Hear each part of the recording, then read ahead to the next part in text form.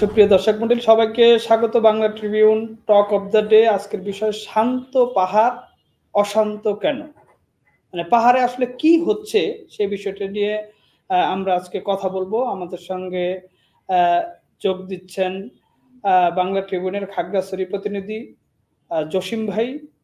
জসিম ভাই, আপনাকে স্বাগতম বাংলা ট্রিবিউনের টক অফ দ্য ডে, শান্ত পাহাড় অশান্ত কেন। আপনি যেহেতু খাগড়াছড়িতে আছেন, আপনাকে দিয়েই আমরা একটা শুরু করতে চাই যে খাগড়াছড়িতে আসলে কি হচ্ছে, পাহাড়ে কি হচ্ছে, একটু যদি আমাদেরকে বলেন যে আসলে কি, কেন অশান্ত হয়ে উঠলো, কেন হঠাৎ করে মানে খাগড়াছড়ি, রাঙ্গামাটি, পার্বত্য জেলাগুলো অশান্তি হয়ে উঠলো কেন, যেখানে 144 ধারা জারি করতে হলো। কালকে স্বরাষ্ট্র উপদেষ্টা যাচ্ছেন, এই খবরগুলো নিশ্চয়ই জানেন। এবং আইএসপিআর থেকে একটি যে বার্তা দেওয়া হয়েছে যে পাহাড়ে ভয়াবহ সাম্প্রদায়িক দাঙ্গা হতে পারে, এরকম একটি সতর্ক বার্তাও কিন্তু আইএসপিআর থেকে পাঠানো হয়েছে। আসলে প্রকৃত ঘটনাটা কি, আপনার কাছ থেকে একটু শুনি। একমাত্র ওয়ালটন এসি দিচ্ছে 1 বছরের রিপ্লেসমেন্ট গ্যারান্টি। ধন্যবাদ আপনাকে। আপনার মাধ্যমে জানাতে চাই, গত মঙ্গলবার রাতে খাগড়াছড়ি শহরের নিউজিল্যান্ড এলাকায় একজন যুবক, যার নাম মামুন, তাকে চোর সন্দেহে পিটিয়ে হত্যা করা হয়।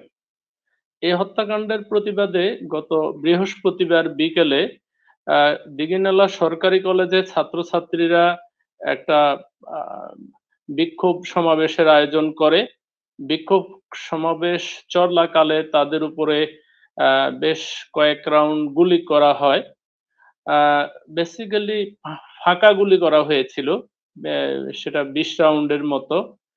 এরপরে মূলত দুটো গ্রুপের মধ্যে সংঘর্ষ বেজে যায় এবং এক পর্যায়ে দিঘিনালার যে বাস স্ট্যান্ড এলাকা, সেইখানের যে দোকান পাটগুলো আছে সেগুলোতে অগ্নিসংযোগ করে বিক্ষুব্ধ লোকজন। এরপরে দফায় দফায় সেখানে হামলা, পাল্টা হামলা হয়েছে। আমাদের সেনাবাহিনী, পুলিশ, তারপরে বিজিবির সদস্যরা সহ বিভিন্নভাবে পরিস্থিতি ট্যাকেল দেওয়ার চেষ্টা করে। সন্ধ্যার পরে আসলে পুরো জেলাটাই গুজবের জেলায় পরিণত হয়। বিভিন্নভাবে খবর আসতে থাকে, এখানে এতজনকে মেরে ফেলেছে, ওখানে সেনাবাহিনী গোলাগুলি করতেছে, এখানে মানে পাহাড়িরা নির্যাতিত হচ্ছে, অত্যাচারিত হচ্ছে। আসলে এই গুজবের কারণে গতকাল রাতে অনেক মানে পাহাড়বাসী ঘুমাতে পারেননি, এক কথায়। এবং বিশেষ করে সামাজিক যোগাযোগ মাধ্যমে অনেকেই অনেক ভিডিও দিয়েছেন, কিন্তু যারা যারা দেখেছেন তারা বুঝবেন এই ভিডিওগুলা যে আসলে উস্কানিমূলক ভিডিও। বিভিন্ন জায়গায় তারা সেনাবাহিনীর গাড়িকে পর্যন্ত আটকে রেখেছে, ঘটনাস্থলে যেতে দেয়নি এবং এক পর্যায়ে তারা সেনাবাহিনীর উপরেও মানে গোলাগুলি শুরু করে। এবং এই ঘটনার জন্য আপনি যেটা আইএসপিআর এর কথা বলেছেন, তারাও বলেছে যে এখানে United People's Democratic Front, UPDF নামে একটি সংগঠন আছে, তারা তাদের উপরে গুলি চালিয়েছেন, সেনাবাহিনীও পাল্টা গুলি করেছে। এবং দেখা গেছে গতকালকের রাতের ঘটনা এবং গতকালকে বিকেলের ঘটনা মিলিয়ে প্রায় 15 থেকে 20 জন আহত খাগড়াছড়ি হাসপাতালে এসেছে। পরবর্তীতে আজকে আমরা নিশ্চিত হতে পেরেছি আহতদের মধ্যে যারা চিকিৎসা নিতে এসেছে তাদের মধ্যে 3 জন মারা গিয়েছে। খাগড়াছড়ি আধুনিক সদর হাসপাতালের চিকিৎসক ডক্টর রিপল বাপ্পি চাকমা আমাদেরকে জানিয়েছেন যে 3 জনের মৃত্যু হয়েছে। আমরা তাদের কাছে জানতে চেয়েছিলাম যে আসলে এরা কিভাবে মানে মারা গেলেন। তিনি বলেছেন যে তদন্তের রিপোর্ট পেলে তিনি বলতে পারবেন। এমনি কি সুরত হল রিপোর্টে কোনো কিছু ছিল যে তারা কি গুলিতে নিহত, না পিটিয়ে মারা হয়েছে, না কিভাবে, মানে যেটা এমনিতেই? হ্যাঁ, ওই দিঘিনালা থেকে যিনি আসছে, আসলে এগুলো তো ডাক্তারেরাই দেখেছেন, আমরা তো আর ওভাবে উল্টে পাল্টে দেখি নাই। তো মানে 2-1 জনের গায়ে গুলির দাগ আছে এমনটা বলেছেন, তিনি একেবারে পরিষ্কার করে বলেন নাই আরকি।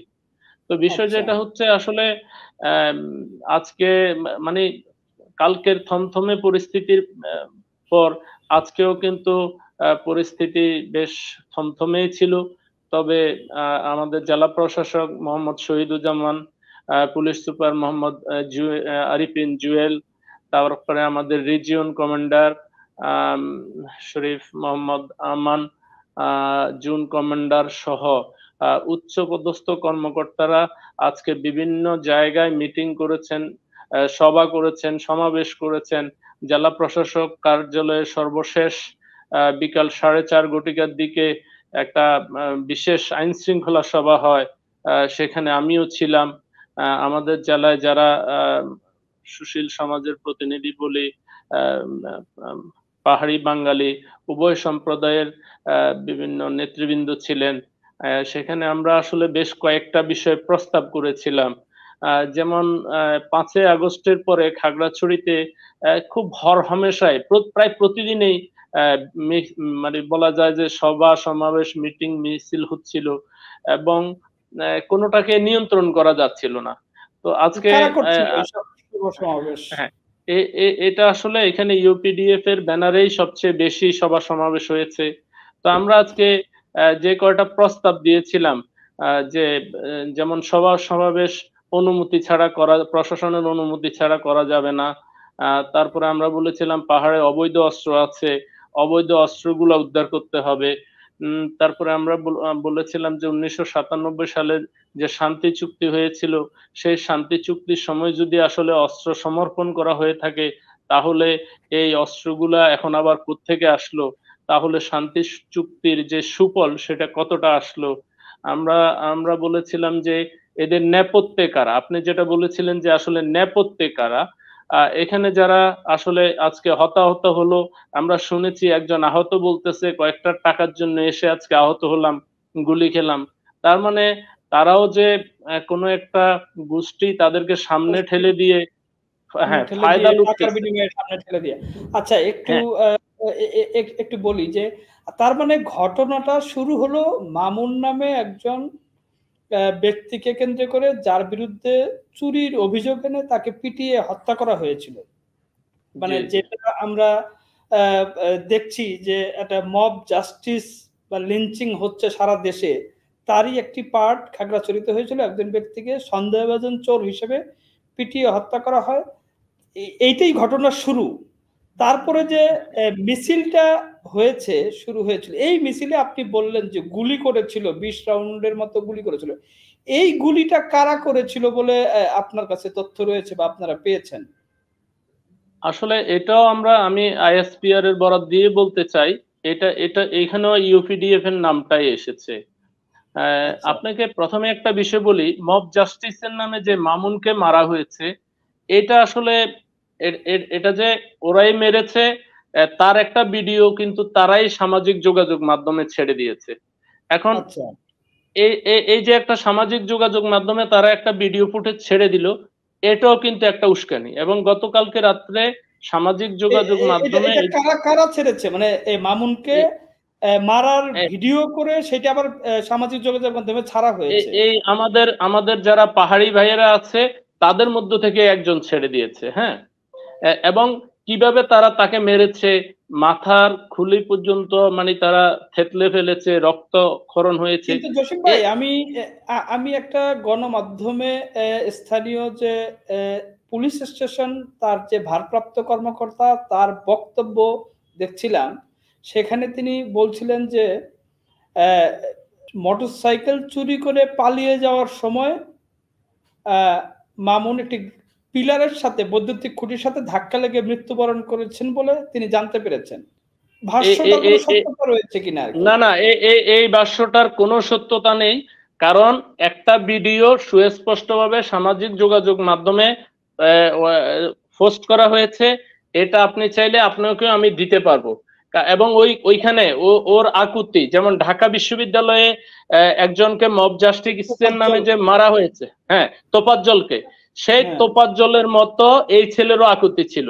এবং তারা যারা মেরেছে তারা চাকমা ভাষায় তাকে গালিগালাজও করতেছিল। এক কথায় বলা যায় যে ধরেন ওই আমাদের সদর থানার অফিসার ইনচার্জ আব্দুল বাতেন মির্জা সাহেব যে স্টেটমেন্ট দিয়েছেন সেটা সঠিক ছিল না, এবং আজকে যে বিশেষ আইন শৃঙ্খলা সভা হয়েছে সেখানে আমাদের অনেক নেতৃবৃন্দ ওনার এই বক্তব্যের তীব্র প্রতিবাদ জানিয়েছে। আচ্ছা আচ্ছা, তার মানে মানে আইন শৃঙ্খলা বাহিনীর মাঠ পর্যায়ে যারা দায়িত্বরত কর্মকর্তা তাদের দেওয়া তথ্যেও বিভ্রান্তি রয়েছে। আচ্ছা, যেই প্রসঙ্গে বলছিলাম যে এই পরের দিন এই বৃহস্পতিবারের যে মিছিলটা হচ্ছিল সেই মিছিলে গুলির সূত্র ধরে সেইটা এই ঘটনা আরো বিস্তৃত হয়। তার মানে 20 রাউন্ড গুলি করেছিল। আপনি বলছিলেন যে আইএসপিআর এর বরাত দিয়ে যে ইউপিডিএফ এর সদস্য তারা গুলি করেছিল, তারপরে পাল্টা ধাওয়া মানে অগ্নিসংযোগ, মারধর, এখন পর্যন্ত 3 জন নিহতের খবর আপনি দিলেন। আজকের অবস্থা কি? আজকে তো 144 ধারা জারি করেছে প্রশাসনের পক্ষ থেকে, এবং যেটা আমরা জানি যে অন্তর্বর্তী সরকারের স্বরাষ্ট্র উপদেষ্টা তিনি কালকে একটা উচ্চ পর্যায়ের প্রতিনিধি দল নিয়ে আপনাদের খাগড়াছড়ি যাচ্ছেন, এবং আইএসপিআর একটা বিবৃতি দিয়েছে যেটিও খুবই আসলে খুবই স্পর্শকাতর বিষয়, যে এই ঘটনাটাকে কেন্দ্র করে সাম্প্রদায়িক দাঙ্গার সৃষ্টি হতে পারে। মানে এখনকার অবস্থাটা কি? এখন পরিস্থিতি কেমন? এই ঘটনা তো খাগড়াছড়ি থেকে রাঙ্গামাটি বান্দরবনেও মনে হয় ছড়িয়েছে। রাঙ্গামাটিতে আমি একটি খবরের কাগজে দেখলাম একটি যে রাঙ্গামাটিতে একটি বৌদ্ধ মন্দির পুড়িয়ে দিয়েছে কে বা কারা। এটা কি বান্দরবান রাঙ্গামাটিতে কি অবস্থা, এবং খাগড়াছড়ির আজকের অবস্থা কি একটু যদি বলেন? আচ্ছা, আপনি যেটা বলেছেন, দেখেন ঘটনাটা ঘটেছে খাগড়াছড়ি শহরে, প্রাণ কেন্দ্রে। আর সেটা প্রথম সংঘর্ষের সূত্রপাত হলো এখান থেকে 20-25 কিলোমিটার দূরে দিঘিনালায়। আবার একই রাতে গতকালকে প্রায় 25 কিলোমিটার দূরে পানছড়িতেও সেনাবাহিনীর গাড়িকে আমাদের ভাইয়েরা আটকে রেখেছিল। তারা ফায়ার সার্ভিসেও হামলা চালিয়েছিল, এবং ফায়ার সার্ভিসের লোকজন মানে তাদের স্টেশন ছেড়ে পালাই গেছে। এখন প্রশ্ন হচ্ছে যে ধরেন এই যে আপনি যেটা বলছেন যে ধরেন আসলে শান্তি অশান্তির যে বিষয়টা, এখানে কিন্তু আমরা উভয় পক্ষ বসবাস করতে মানে বদ্ধপরিকর হলো আমাদের মধ্যে বিশ্বাস অবিশ্বাসটা অনেক বেশি। আর এটার পিছনে কাজ করে ওই যে ধরেন আঞ্চলিক সংগঠন কাজ করতেছে, তারপরে তৃতীয় পক্ষ আছে। জি জি, তৃতীয় পক্ষ আছে। কারণ আপনি একটা জিনিস যদি দেখেন, মামুনকে যখন হত্যা করা হলো ওইটা হচ্ছে সম্পূর্ণ পাহাড়ি এলাকা, ওখানে তো কোনো বাঙালি ছিল না, তাহলে ভিডিও ধারণ করলো কে? ফেসবুকে এটা ছেড়ে দিল কে? আবার একটা সোর্স বলতেছে মামুনকে বাড়ির থেকে ডেকে নিয়ে যাওয়া হয়েছে ওখানে, কিন্তু মামুনের বিরুদ্ধে 17টা মামলা আছে। এটাও কিন্তু আমরা আজকে আইন শৃঙ্খলা সবাই জেনেছি। আরেকটা বিষয় আপনি বললেন যে রাঙ্গামাটিতে বৌদ্ধবিহারে হামলা হয়েছে। আপনি এটা যদি কোনো সংবাদপত্রে পড়ে থাকেন সেটা যেমন ঠিক আছে, রাঙ্গামাটির মসজিদও আজকে হামলা হয়েছে। তাহলে ধরেন একটা গ্রুপ মন্দিরে হামলা করলো, আরেকটা গ্রুপ গিয়ে মসজিদে হামলা করলো। তার মানে কি? তার মানে কিন্তু সেন্টিমেন্ট, যে স্থাপনাগুলোতে হামলা করলে সেন্টিমেন্ট বাড়ে, সেখানে হামলা করে এই সাম্প্রদায়িক সম্প্রীতি নষ্ট করার জন্য একটা গোষ্ঠী একেবারে সক্রিয়ভাবে কাজ করতেছে। আরেকটা বিষয় যদি দেখেন, সকল জায়গায় যেমন ধরেন গতকালকে দিঘিনালায় যে দোকানপাট গুলা পড়ে গেছে, সেগুলাতে ফায়ার সার্ভিসকে আসতে দেওয়া হয়নি। যেখানে ঘটনা ঘটেছে সেখান থেকে এই 2 থেকে 400 গজের মধ্যে ফায়ার সার্ভিসের স্টেশন, তাদেরকে এক গ্রুপ আটকায় রেখেছে। পরে খাগড়াছড়ি থেকে ফায়ার সার্ভিস পাঠানোর জন্য চেষ্টা করা হয়েছে, সেটাকেও আটকায় রাখা হয়েছে। এটাও আজকে কিন্তু আইন শৃঙ্খলা মিটিং এ আমাদের রিজিয়ন কমান্ডার মহোদয়, আমাদের জেলা প্রশাসক মহোদয় জানিয়েছেন। তাহলে যদি কোনো ঘটনা ঘটে তাহলে প্রথমে রেসপন্স করবে ফায়ার সার্ভিস। তাহলে তাদেরকে আটকিয়ে রাখা হচ্ছে, কেন রাখা হচ্ছে?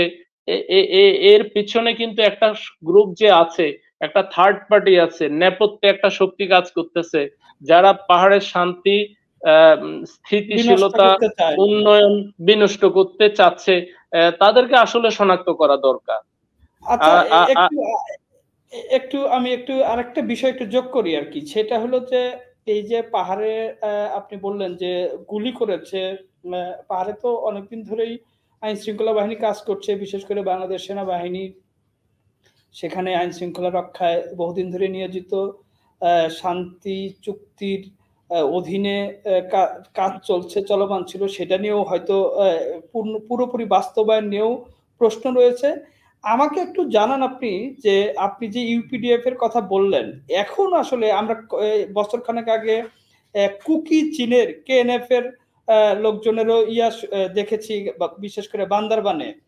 তো এখন আসলে কোন সংগঠনগুলো, সশস্ত্র সংগঠনগুলো সক্রিয় বেশি, এবং তারা কোথা থেকে এত অস্ত্র পাচ্ছে, এবং তাদের চাওয়াটা কি? মানে তারা কেন এই সশস্ত্র হয়ে উঠছে?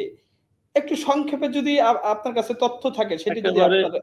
জি, একেবারে আপনার শেষ প্রশ্নটা দিয়ে শুরু করতে চাই। এখানে পার্বত্য চট্টগ্রাম ইউনাইটেড পিপলস ডেমোক্রেটিক এর ১ম দাবি হচ্ছে স্বায়ত্তশাসন। তো আচ্ছা, অর্থাৎ ইউপিডিএফ এর মূল দলের এটাই হচ্ছে দাবি, তারা স্বায়ত্তশাসন চায়। দ্বিতীয় আচ্ছা, প্রশ্নের জবাবে বলতে চাই, এখানে এখন আহ, যখন শান্তি চুক্তি করে তখন পার্বত্য চট্টগ্রাম জনসংহতি সমিতি নামে, বা সংক্ষেপে আমরা হ্যাঁ, হ্যাঁ, পিসিজেএসএস বলি, সেই নামে একটা সংগঠন ছিল।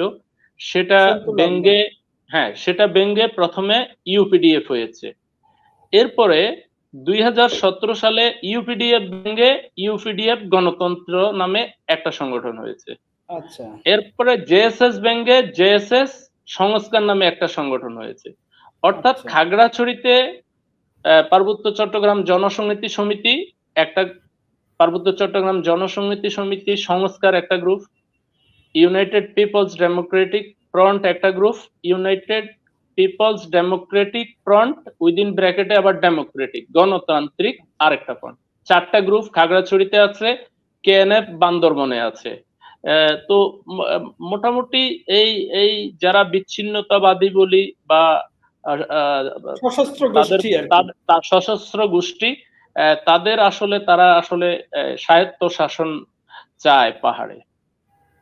অন্যান্য যে সংগঠন, তারাও কি স্বায়ত্ত শাসনের জন্যই এই সশস্ত্র হয়েছে? আসলে আপনি যদি জানেন, মানবেন্দ্র, প্রয়াত মানবেন্দ্র নারায়ণ লারমা, তিনি পার্বত্য চট্টগ্রাম জনসংহতি সমিতির প্রতিষ্ঠাতা ছিলেন। তিনিও কিন্তু স্বায়ত্তশাসনে চেয়েছিলেন, এবং আমাদের বাংলাদেশ স্বাধীন হওয়ার পরে তিনি আমাদের পার্বত্য চট্টগ্রাম আসনের সংসদ সদস্য ছিলেন। পরে আমাদের বঙ্গবন্ধু শেখ মুজিবুর রহমান বলছে না এটা হবে না, তিনি বলছে এখানে পাহাড়ি বাঙালি বলে কোনো কথা থাকবে না, আমরা মানে আমরা সবাই বাঙালি। তো বাঙালি, হ্যাঁ। এরপরে কিন্তু মূলত এই সংগঠনটার জন্ম হয়েছিল, এই আচ্ছা, জেএসএস এর। তো তখন জেএসএস এরও একটা মোটো ছিল যে তারাও তখন হয়তো স্বায়ত্তশাসন চেয়েছিল, কিন্তু কালের পরিক্রমায় তারা সেখান থেকে সরে এসেছে। কারণ জেএসএস এর এখন মূল অংশের যিনি চেয়ারম্যান, জ্যোতিরিন্দ্র বদ্বীপ্রিয় লারমা ওরফে সন্তু লারমা, তিনি হচ্ছেন এখন পার্বত্য চট্টগ্রাম আঞ্চলিক বোর্ডের চেয়ারম্যান। তিনি সরকারি একজন প্রতিমন্ত্রীর মর্যাদা ভোগ করেন, সরকারি পতাকা, সরকারি গাড়ি, সরকারি বাড়ি নিয়েই উনি আমাদের দেশের পতাকা নিয়েই চলে। তো ওনারা একটু সরে এসেছেন, বাট ইউপিডিএফ ওনাদের স্বায়ত্তশাসনের দাবিতে এখনো অনড় আছে। এই গোষ্ঠীগুলো, এই যে সশস্ত্র গোষ্ঠী, এই গোষ্ঠীগুলোর আসলে অস্ত্রগুলো কোত্থেকে আসে? আপনি তো নিবিড়ভাবে বহু বছর ধরে কাভার করছেন তাদের, নিশ্চয়ই অনেক তথ্য আপনার কাছে রয়েছে। কোত্থেকে তারা, কোত্থেকে এত ভারী অস্ত্র? আমরা যতদূর জানি যে AK-47 এর মতো অস্ত্র পাহাড়ে অ্যাভেলেবেল পাওয়া যায় আর কি। কিভাবে আসলে কোত্থেকে জি, আসলে তাদের কাছে অনেক ভারী অস্ত্র আছে, এবং আমরা শুনেছি আর কি, তাদের কাছে মেশিন গান, মর্টার শেল কি কি এগুলো সব আছে। কিন্তু আচ্ছা, আমাদের সেনাবাহিনীর চাইতেও নাকি তাদের কাছে অত্যাধুনিক অস্ত্র আছে। আপনারা জানেন পার্বত্য চট্টগ্রামের সীমান্ত ঘেঁষে আমাদের রয়েছে আমাদের প্রতিবেশী দেশ ভারত, এবং মিয়ানমার। আমাদের সীমান্ত সড়কগুলা কিন্তু এখনো অরক্ষিত। আমাদের Border Guard Bangladesh BGB already সীমান্ত সড়কের কাজ শুরু করেছে। যেহেতু সীমান্ত সড়ক মানে এখন কোনো কাঁটাতারের বেড়া নেই বা আমাদের কোনো কি বলবো এটাকে, আমাদের একচ্ছত্র যে নিয়ন্ত্রণ সেটা নেই। নিরাপত্তা দুর্গম দুর্গম এরিয়াও রয়েছে আর কি, অনেক দুর্গম হ্যাঁ, এমন অনেক এলাকা আছে আমাদের অনেকের এখন পাও হয়তো পড়ে নাই। তো আমি মনে করি আমাদের প্রতিবেশী রাষ্ট্রগুলো দিয়ে এসব অস্ত্র তাদের হাতে আসে। আচ্ছা আচ্ছা আচ্ছা, এখন একেবারে আমরা শেষ প্রান্তে এসেছি। Bangla Tribune talk of the day, শান্ত পাহাড় হঠাৎ অশান্ত কেন? একবারে শেষ প্রশ্ন জসিম ভাই আপনার কাছে, যে একেবারে সংক্ষেপে বলবেন যে এই দ্রুত এই অশান্তি দূর করার জন্য কি করণীয়? মানে এই এখন তো অন্তর্বর্তী সরকারের স্বরাষ্ট্র উপদেষ্টা কালকে যাচ্ছেন, সেনাবাহিনীর কর্মকর্তারা এটি নিয়ে কাজ করছেন, আইন শৃঙ্খলা বাহিনী, জেলা প্রশাসন সব মিলিয়ে কাজ করছেন। দ্রুত একটা শান্তি ফিরিয়ে আনার জন্য কি করণীয় বলে আপনার মন্তব্যটা কি? আসলে আমাদের মধ্যে অলরেডি তো সভা সমাবেশ হচ্ছেই। আমাদের স্বরাষ্ট্র উপদেষ্টা সহ যারা আসছেন তারাও হয়তো আমাদেরকে অনেক আশার বাণী শোনাবেন। কিন্তু এক কথাই হচ্ছে পাহাড়ি এবং বাঙালিদের মধ্যে যে অবিশ্বাসের সৃষ্টি হয়েছে, এই অবিশ্বাসটা দূর করতে হবে এবং যেসব ডায়লগ হবে, যেসব আলোচনা হবে, এইখানে আসলে সকল পক্ষের প্রতিনিধিত্ব নিশ্চিত করতে হবে। স্বরাষ্ট্র উপদেষ্টা আসলো, দেখা গেল যে আমাদের সাথে কথা বলে উনি চলে গেলেন, কিন্তু যে সমস্যার মূলে যে ইউপিডিএফ তাদের সাথে কথা বললেন না, জেএসএস তাদের সাথে কথা বললেন না। অর্থাৎ আমি বলতে চাচ্ছি যারা সমস্যার মূলে আছে বলে আমরা মনে করছি বা প্রশাসন মনে করছে তাদের সাথে ডায়ালগ করা উচিত এবং আমাদের মধ্যে যে অবিশ্বাসের সৃষ্টি হয়েছে সেটা দূর করা উচিত। ধন্যবাদ জসিম ভাই আপনাকে সময় দেওয়ার জন্য। আসলে পাহাড়ে শান্তি ফিরিয়ে আনার জন্য প্রধান যে বিষয় সেটি হলো আসলে পাহাড়ি ও বাঙালিদের মধ্যে যে দূরত্ব তৈরি হয়েছে, যে অবিশ্বাস, যে সন্দেহ, একে অপরকে সন্দেহের দৃষ্টিতে দেখে, সেই সন্দেহ অবিশ্বাস দ্রুত নিরসন করে পারস্পরিক যে বন্ধন, এই বাংলাদেশের নাগরিক আমরা সবাই ভাই ভাই, এরকম একটা বন্ধন গড়ে তোলার একটা গড়ে তুলতে হবে। এর কোনো বিকল্প নেই। শুধু আইন শৃঙ্খলা প্রয়োগ করে, ধরপাকড় করে, অভিযান করে এটা সমাধান কখনোই হবে না আর কি। এটা এই বিশ্বাসটা বাড়াতে হবে এবং একই সঙ্গে আইন শৃঙ্খলা তো অবশ্যই আপনার অভিযান করতে হবে। যারা অপরাধী দ্রুত তদন্ত করে অপরাধীদের গ্রেপ্তার করে আইনের আওতায় এনে তাদেরকে বিচারের মুখোমুখি করতে হবে এবং একই সঙ্গে পাহাড়ে যাদের কাছে অবৈধ অস্ত্র রয়েছে, অবৈধ অস্ত্রগুলি উদ্ধারে সমন্বিত অভিযান, কার্যকরী অভিযান চালিয়ে এই অস্ত্র এবং বর্ডারটা আমাদেরকে আসলে দ্রুত নিরাপদ করা প্রয়োজন, যেন বাইরের থেকে এই অস্ত্র কোনোভাবে যেন না আসে। আমরা সেই আশাবাদ রাখি যেন দ্রুত এই অশান্ত পাহাড় যেন শান্ত হয়ে আসে, আমরা যেন সবাই শান্তিতে ঘুমাতে পারি, শান্তিতে বসবাস করতে পারি পাহাড়ে। আপনার প্রত্যেকটা রিকমেন্ডেশন হচ্ছে পাহাড়বাসীর চাওয়া, পাহাড়ে আমাদের সবার চাওয়া। এই রিকমেন্ডেশন গুলো বাস্তবায়ন হলে আসলে আমরা শান্তিতে থাকবো। ধন্যবাদ। হ্যাঁ, সেটাই আমরা আবারও নতুন কোনো বিষয় নিয়ে টক অফ দ্য ডে আগামীকাল আবার আপনাদের সামনে হাজির হবো। সে পর্যন্ত সুপ্রিয় দর্শক মন্ডলী, আপনারা সবাই ভালো থাকবেন, সুস্থ থাকবেন, বাংলা ট্রিবিউনের সঙ্গেই থাকুন।